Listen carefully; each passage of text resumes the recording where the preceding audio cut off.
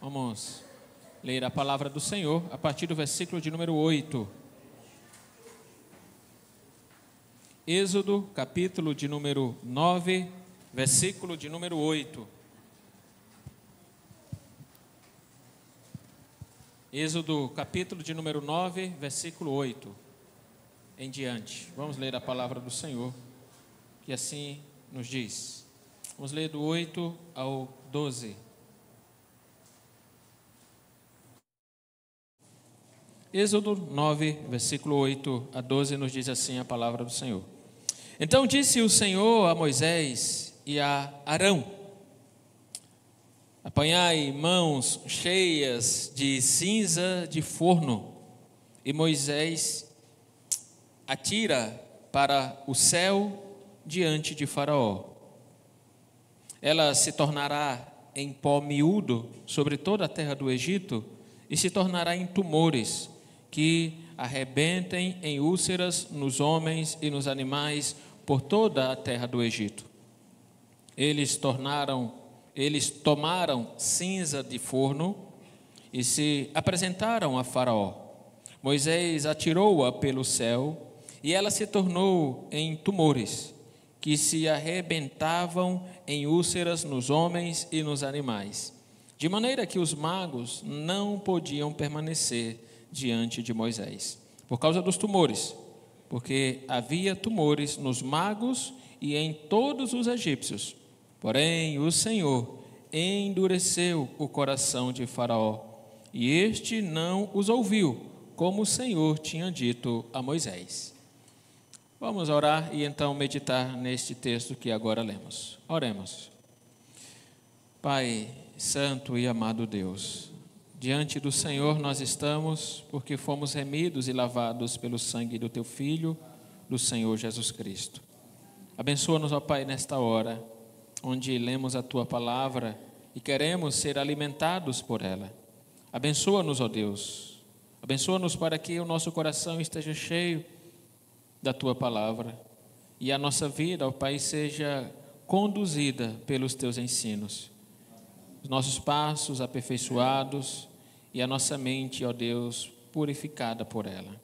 Abençoa-nos nesta noite. Nós clamamos por amor a Cristo Jesus, nosso Senhor e Salvador. Amém. Se não vem pelo amor, vem pela dor. Você já ouviu esta frase muitas vezes? Esta frase ela é cheia de dualidades, né? Tem algumas interpretações para esta frase, mas geralmente quando ela é usada dentro do contexto da evangelização. Quando você evangeliza e a pessoa não quer ouvir o evangelho, geralmente a gente não diz isso diretamente para a pessoa, mas nas conversas com com terceiros, né, geralmente essa frase é usada. Não vem pelo amor, certamente virá pela dor. Dentro do contexto da família, dentro do contexto da evangelização. E esta frase ela tem dois aspectos, né, da misericórdia de Deus e do juízo de Deus. Pois Deus ele tem esses dois atributos de amor, pois a própria palavra de Deus nos diz lá em 1 João que Deus é amor, mas também a palavra de Deus destaca que Deus é justo, que Ele não se compraz e não se relaciona com nenhum tipo de pecado, de mal, antes Ele pune todo o mal praticado. Então essas duas características de Deus, de ser um Deus amoroso e ser um Deus justo, são duas verdades presentes na Escritura. O texto que nós lemos aqui está presente um Deus aplicando justiça, mas aplicando amor. Há um povo diferente, mas esses dois aspectos de Deus aqui são revelados, onde Deus, na medida que Ele aplica justiça e juízo sobre o Egito, Ele também aplica amor, misericórdia, redenção ao seu povo. Enquanto Deus salva o seu povo, Ele também pune os inimigos. E o texto vai nos apresentar isso, juntamente com o da semana passada. E o livro de Êxodo, ele é um livro cheio de ensinos assim, onde à medida que Deus mostra o seu amor para com o povo do pacto, o povo da aliança, Deus tem um pacto conosco. E então Ele se relaciona e derrama as suas bênçãos sobre nós. Mas à medida que Ele cuida de nós, nos ama e nos redime, Ele também por outro lado, pune o pecador. Aquele que é rebelde, de coração duro, o mal, aquele que ama praticar o pecado. Deus também aplica juízo e justiça. Semana passada nós falamos como Deus, quando Jesus Cristo vem a este mundo, quando Ele se revela a este mundo, na mesma medida que Ele vem, Ele também destrona Satanás. Então, o estabelecimento do reino de Cristo é a destruição do reino maligno. Ele estabelece o seu reino, que é infinito, e destrói um reino finito, que é o de Satanás. Então, veja como a palavra de Deus sempre vai nos ensinar estas verdades. Um Deus que aplica amor para o seu povo, mas enquanto Ele derrama amor ao seu povo, Ele está aplicando também juízo e justiça aos rebeldes. E o rebelde é uma marca deste mundo, ser rebelde. É a marca do Egito, é a marca de muita gente que não se submete aos ensinos e à voz do Senhor. Pois nós temos visto aqui nessas pragas como gradativamente Deus vai mandando avisos, anúncios a Faraó. E Faraó não ouve, não atende, o seu coração está duro, é pedra, ou melhor, é diamante, é duro. E ele assim, à medida que é rebelde, Deus vai ampliando, intensificando o juízo. E essa não foi somente algo aplicado ao Egito e a Faraó, mas esse é um princípio constante no mundo, desde a criação. Enquanto Deus manda profetas, mensageiros avisando, e as pessoas não ouvem, as pessoas não escutam, Deus vai intensificando também o seu juízo e a sua ira. Para culminar, o clímax é a volta de Cristo, onde Ele ali manifestará de maneira plena o seu juízo sobre os rebeldes. E esse texto vai nos ensinar, portanto, verdades como estas. Nós vamos destacar aqui 3 pontos. O primeiro ponto aqui é que Deus, em sua soberania, Ele intensifica o julgamento através das pragas, porque Ele é soberano. Então Ele intensifica. Veja que o texto nos apresentou aqui que nesta 6ª praga, Moisés ele tinha que pegar cinzas de forno, chegar diante de Faraó e jogar para o alto. E então aquela cinza se transformaria em tumores, em doenças malignas. Há algumas interpretações, pelo menos 2 aqui, para o significado dessa cinza. Uns dizem que pela rapidez da propagação, né? Quando você joga cinza, né? Um pequeno vento ali já espalha rapidamente. Então a ideia daqui das cinzas seria esta, segundo alguns, de que Deus então usa essa cinza para mostrar como essa doença, de maneira rápida, assim, instantânea, ela atingiria todos os egípcios. Toda a nação do Egito. Não seria algo assim que um pegaria e teria contato com outro, aí ficaria doente, aí uma doença como foi a pandemia, né, que um pegava do outro. Não é essa a ideia aqui, é de que maneira instantânea, rápida, né, jogando a cinza e o vento bate, então rapidamente a cinza se espalha e assim leva a doença às pessoas. Essa é uma interpretação. Outra, que seria uma tréplica do Senhor, de Deus, à opressão de Faraó. Pois você sabe muito bem como os israelitas, eles eram escravos, fabricantes de tijolos lá no Egito. Você lembra, e você conhece a história do livro de Êxodo, como o Faraó intensificou esse sofrimento. Porque o povo fazia o trabalho, recebia a palha, recebia o barro, tinha os fornos lá para fazer os tijolos. Só que para intensificar, você agora vai ter que ir buscar a palha. Então, a palha não vai chegar até você, você vai ter que produzir ela, ter que buscar ela. E assim era mais difícil, manter a mesma produtividade buscando a matéria-prima. E assim intensificou o sofrimento do povo. Então, em resposta à opressão, alguns dizem que então Deus manda pegar cinzas desse forno, dos fornos onde eles usavam para fabricar tijolos, para então usar aquelas cinzas da opressão para oprimir os egípcios. Portanto, seria uma tréplica do Senhor ao Egito, ou a Faraó, que ali fizeram o povo de escravos. Agora também veja uma questão aqui, de que Jó, você lembra que Jó, ele foi atingido nos seus bens, na sua família e depois na sua saúde. E agora Deus está fazendo isso aqui com o Egito. Ele não está mais danificando lavouras, rios, como nas pragas anteriores. Agora é a própria saúde.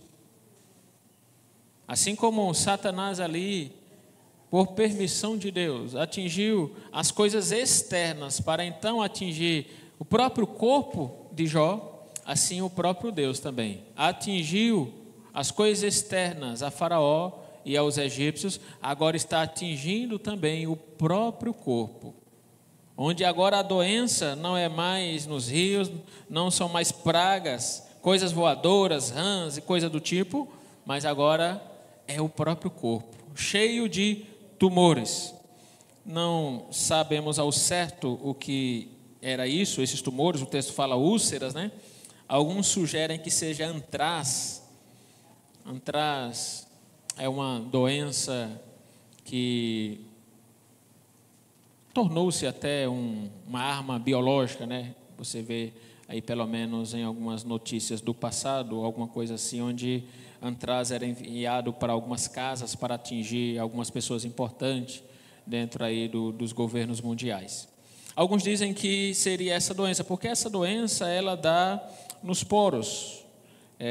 O nome da bactéria é Bacillus anthracis, que ela então contamina a sua pele e ali forma-se algumas feridas horrorosas, né? Se você tiver coragem depois, você pode dar uma olhadinha aí no Google, você vai ver algumas imagens assim. Alguns sugerem que seja então essa doença, até porque na figura aqui da cinza, né, que propaga essa doença, seria, portanto, essa doença antraz. Mas nós não sabemos ao certo se de fato era ela. Alguns falam também furúnculos, hanseníase, varíola, mas não sabemos ao certo. O certo é que Deus envia uma doença que atinge o corpo das pessoas. E essas doenças, elas têm um propósito, é punir.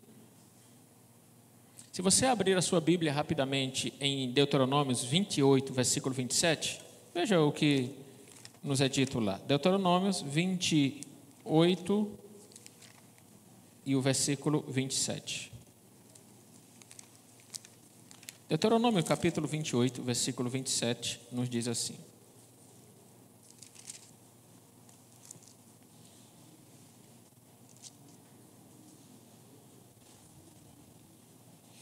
o Senhor te ferirá com as úlceras do Egito, com tumores, com sarna e com prurido, de que não possas curar-te. Aqui são palavras para aqueles que quebram a aliança do Senhor. Aqueles que quebram o pacto, aquilo que Deus estabelece na sua palavra, Deus também faz promessas de dar, segundo o versículo 27, feridas com úlceras do Egito, com tumores, com sarna e com prurido, de que não possas curar-te. E assim o povo do Egito, portanto, recebe esta sentença. Veja que esse texto que nós lemos, ele é posterior ao fato aqui de Êxodo.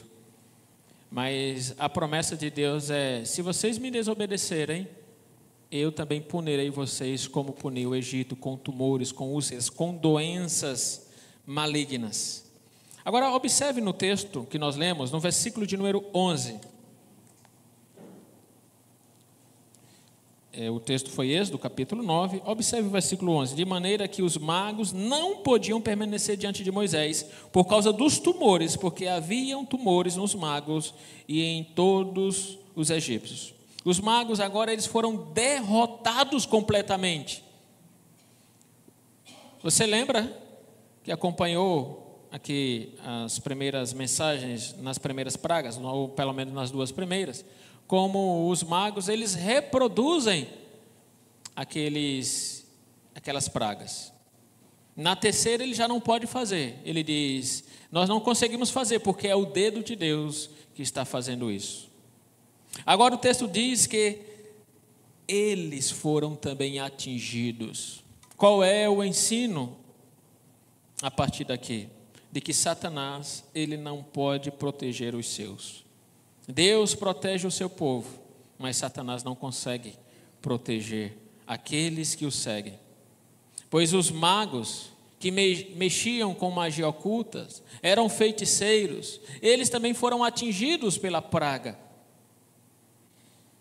Veja que o povo de Deus não é atingido.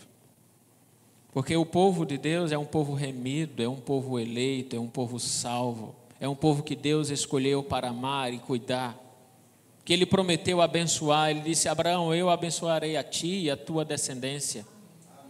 Mas esses magos, eles eram assim, com Satanás. Eram feiticeiros. E eles agora são completamente humilhados, pois eles não conseguem nem reproduzir e muito menos curar. Porque o poder maior seria eles desfazerem aquilo que Deus estava fazendo, mas eles não conseguiram. Eles conseguiam reproduzir, ou pelo menos as duas, na terceira já não conseguiu. Mas agora não somente eles veem as pragas, mas são atingidos por elas. E no Antigo Testamento você não encontra mais nenhuma menção destes homens. Você vai encontrar a próxima menção desses magos lá no Novo Testamento, lá em 2 Timóteo, no capítulo de número 3. Então, se você puder abrir a sua Bíblia, veja lá o texto falando desses magos aqui. Capítulo 3, versículo 8. 2 Timóteo, capítulo 3, versículo 8. Diz assim a palavra do Senhor. Está aí também projetado, você poderá acompanhar. E do modo que Janes e Jambres resistiram a Moisés, também estes resistem à verdade. São homens de todo corrompidos na mente, réprobos quanto à fé. Esses Janes e Jambres esses magos aqui citados na história do Êxodo. Então, o Antigo Testamento você não encontra mais nenhuma menção deles, é a derrota. E veja como Paulo traz à tona novamente a menção deles, para apontar para homens daquele tempo, da época do apóstolo Paulo, que também resistiam à verdade. Porque esses magos eram assim, apesar de conhecerem, verem milagres, mas mesmo assim resistiam à verdade. Aquilo que nós lemos lá em Romanos no capítulo 1, que conhecendo a verdade, eles permanecem nas suas práticas e apoiam aqueles também que permanecem. E assim era Janes e Jambres, esses magos são atingidos. Agora, observe também que o Novo Testamento, lá em Apocalipse, no capítulo 16, veja o que nos é dito nos versículos 1 e 2. Apocalipse capítulo 16, versículos 1 e 2, nos diz assim. Está aí também projetado. Ouvi ainda do santuário uma grande voz, dizendo aos 7 anjos: Ide e derramai pela terra as 7 taças da cólera de Deus. Saiu, pois, o primeiro anjo e derramou a sua taça pela terra, e aos homens portadores da marca da besta e adoradores da sua imagem sobrevieram úlceras malignas e perniciosas. Deus derrama flagelos. As punições de Deus são derramadas aos rebeldes, aqueles que resistem à verdade. E mais uma vez o texto usa aqui esta linguagem: sobrevieram úlceras malignas e perniciosas, muito semelhante à linguagem do texto lá de Êxodo, no capítulo de número 9. Quando Deus, então, com um juízo parcial, pois não é um juízo completo, Ele traz ali uma sentença, onde agora não as coisas externas, não apenas os olhos dos egípcios estão vendo as pragas e a ira de Deus, mas eles estão sentindo na pele, eles estão experimentando da ira. Assim também a ira de Deus está guardada e reservada para você que ainda não creu de todo o coração. Pois o texto de Apocalipse disse e nos aponta a ira manifesta do Senhor para aqueles que não creram, aqueles que têm a marca da besta. Nós somos que cremos, aqueles que têm a marca do Espírito Santo. Somos selados, lá no capítulo 7 de Apocalipse nos fala esta verdade, mas um juízo está reservado para aqueles que ainda não professaram fé verdadeira no Senhor. Então Deus, em sua soberania, Ele manda juízo, Ele intensifica a dor. Mas as coisas não param por aqui. Se você conhece a história de Êxodo, a ira de Deus, ela vai se intensificando, ela vai crescendo até chegar à morte dos primogênitos. E assim o povo de Deus ser liberto. Assim também, no livro de Apocalipse, nós enxergamos algumas pragas, as quais Deus manda lá, fazendo menção à volta de Cristo, muito semelhante às pragas do Egito. A linguagem é muito parecida, onde no Egito era local, não era para o mundo inteiro. Não era a definitiva, mas aquela revelada em Apocalipse, ela será para todo o mundo que não creu. Pessoas de todas as nações, todas as raças, de todas as culturas e línguas, receberão a justa punição do Senhor por não crerem no Senhor Jesus Cristo como seu Salvador. E crer não de lábios, mas crer de coração. O segundo ponto também é que Deus, que é soberano, Ele entrega os rebeldes aos seus próprios vícios. Assim como Ele entregou o próprio Faraó. Se você observar no versículo de número 12, o texto nos diz assim: porém, o Senhor endureceu o coração de Faraó. Pela primeira vez nas narrativas da praga, o texto nos diz que é Deus que endurece o coração de Faraó. E é claro que há um debate muito grande aqui, se de fato Deus diretamente fez isso, se o coração de Faraó era endurecido e Deus permaneceu duro. Mas o texto é muito claro, não podemos fugir e fazer com que o texto se conforme com os nossos pensamentos, com aquilo que nós achamos. Pois é o próprio texto que diz que foi o Senhor que endureceu. Nos versículos anteriores, ou nos textos, nos capítulos anteriores, nas pragas anteriores, o texto sempre dizia: e Faraó endureceu o seu coração e não ouviu a voz de Moisés. Algumas vezes isso é repetido, que o próprio Faraó endureceu o seu coração, mas agora o texto está dizendo que foi Deus. Mas o texto também nos diz, na palavra dele, no livro de Êxodo, que o próprio Senhor, quando chamou Moisés lá na sarça ardente, ele havia dito: Moisés, eu endurecerei o coração de Faraó. E aqui está se cumprindo o que o Senhor disse. O coração de Faraó é endurecido, não fazendo o contrário à sua natureza. Não é que Faraó era bonzinho, Faraó era um amor de pessoas, era gentil, era amável, era misericordioso, e Deus fez algo contrário à natureza dele. Não, Faraó era mau, era um homem corrompido, se colocava como Deus do seu povo, era também idólatra, apoiava os feiticeiros, era seguidor de Satanás. E portanto o coração dele era duro, era mau. A inclinação dele era para o mal. E Deus, então, o texto nos diz que faz aquilo conforme a própria natureza dele. Deus não fez algo contrário à natureza de Faraó. A natureza já era ruim. E Deus disse: eu estou te entregando a tua própria natureza. E esse é um dos piores males que o homem pode sofrer. É quando Deus, numa linguagem humana, e me entendam, né, como Deus lava as mãos e diz: você está entregue à sua própria natureza. Eu não vou mudar a sua natureza. Você quer viver no pecado? Viva no pecado, se aprofunde nele, mergulhe cada vez mais no pecado. E o homem dali não poderá sair, porque somente o poder de Deus pode nos resgatar. Somente o amor de Cristo pode nos tirar do lamaçal de pecados, pode transformar a nossa natureza. Somente Ele pode nos dar um novo coração, pode nos dar uma nova vida, nos fazer nascer de novo. Mas quando Deus entrega o homem à sua própria natureza, quem o poderá resgatar de lá? Quem o poderá tirar de lá? E Deus está fazendo isso com Faraó. Portanto, Deus, em sua soberania, entrega pecadores aos seus próprios vícios, à sua escravidão, aos seus próprios desejos. É por isso que temos tanta gente por aí mergulhada em vícios, em pecados. Porque Deus certamente entregou muitos deles a sua própria natureza. Não que Deus não tenha poder de fazê-lo, de mudá-lo, de transformá-lo. Assim como Deus tinha poder para transformar Faraó, mas o texto diz, mas Deus endureceu o coração de Faraó.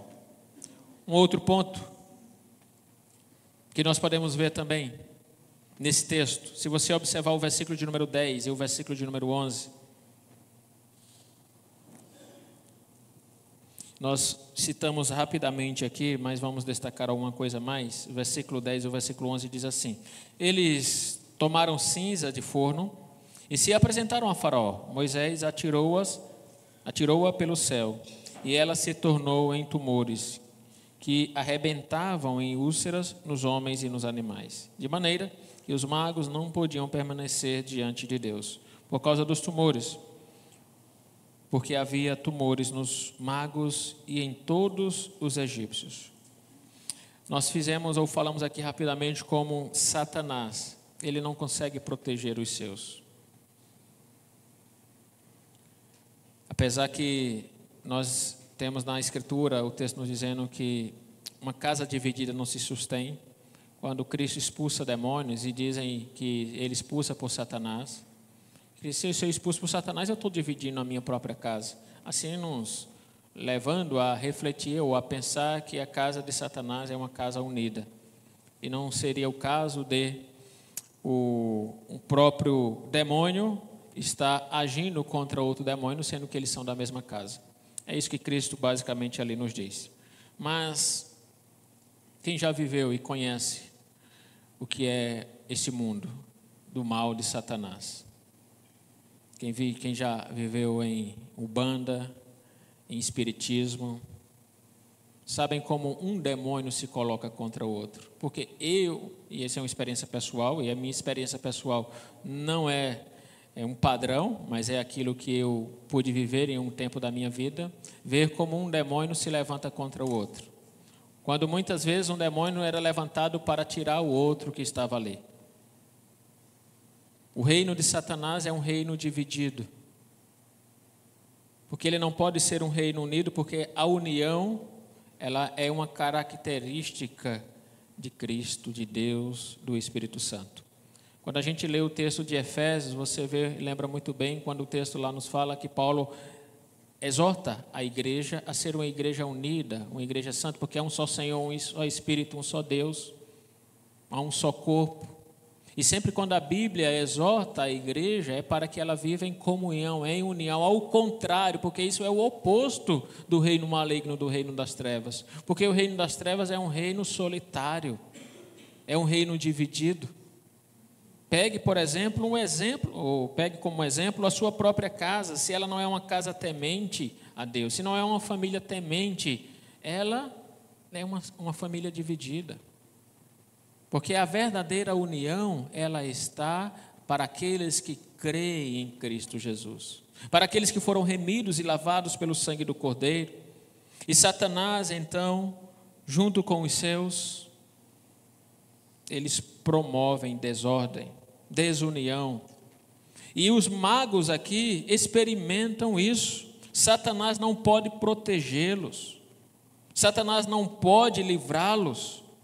Assim como naquele dia, guardado para todos os descrentes, os rebeldes, não há ninguém que poderá livrar o homem que se rebelou contra o Senhor, da ira guardada. Lá no Salmo de número 74, nos diz que há um cálice guardado para ele entregar aqueles que não o amaram. O cálice da ira do Senhor. E esse texto, portanto, é um grande alerta para você que ainda não creu, para você que ainda não faz parte do reino de Cristo, pois o reino de Cristo é um reino de luz, é um reino de amor, é um reino de união e é um reino eterno. É um reino onde Ele te protege e cuida da sua vida. E para você participar dele, você é chamado a crer nele como seu Salvador. Mas se você não crê, a morte está para todos nós. E não sabemos quando ela chegará. Você sabe muito bem que essa semana morreu um irmão nosso que ninguém aqui esperava isso.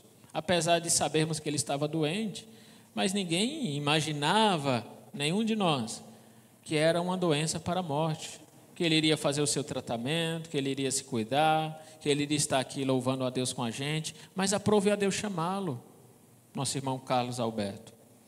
A morte, ela está para todos nós, e agora, hoje, é o tempo de nós professarmos fé naquele que é poderoso para nos remir a culpa, para nos redimir da escravidão do pecado, para nos dar um novo coração, para que na morte nós tenhamos o gozo eterno, assim como nosso irmão teve, louvado seja Deus por isso, pois ele morreu no Senhor. Mas pode ser que muitos aqui, ou alguns aqui, morram sem professar fé, conhecendo o Senhor. Assim como estes magos conheciam, mas resistiam. Assim como o faraó conhecia e resistia. Assim como muitos egípcios conheciam e resistiam. Assim como Paulo disse lá em Romanos no capítulo 1, que conhecendo a verdade, mas não estão nem aí para ela. Que Deus tenha misericórdia da sua vida, tenha misericórdia de nós. Pois é somente a misericórdia dele que nos transforma. O seu coração, ele permanecerá duro como o de faraó, se pela graça de Deus ele não disser: eu quero te transformar. E você que já foi transformado, agradeça a Deus por isso. E louve a Deus, porque não foi a sua força, não foi a sua natureza, não foi a sua família, porque você é de família crente, então você também é crente. Não foi nada disso. Foi porque Deus quis te amar e quis te salvar, e te salvou para a glória dele. E com o seu poder protege a sua vida. Que Deus tenha misericórdia daqueles que ainda não professaram fé. E Ele nos chama, e Ele vos chama a professar fé hoje, para que nenhuma praga esteja reservada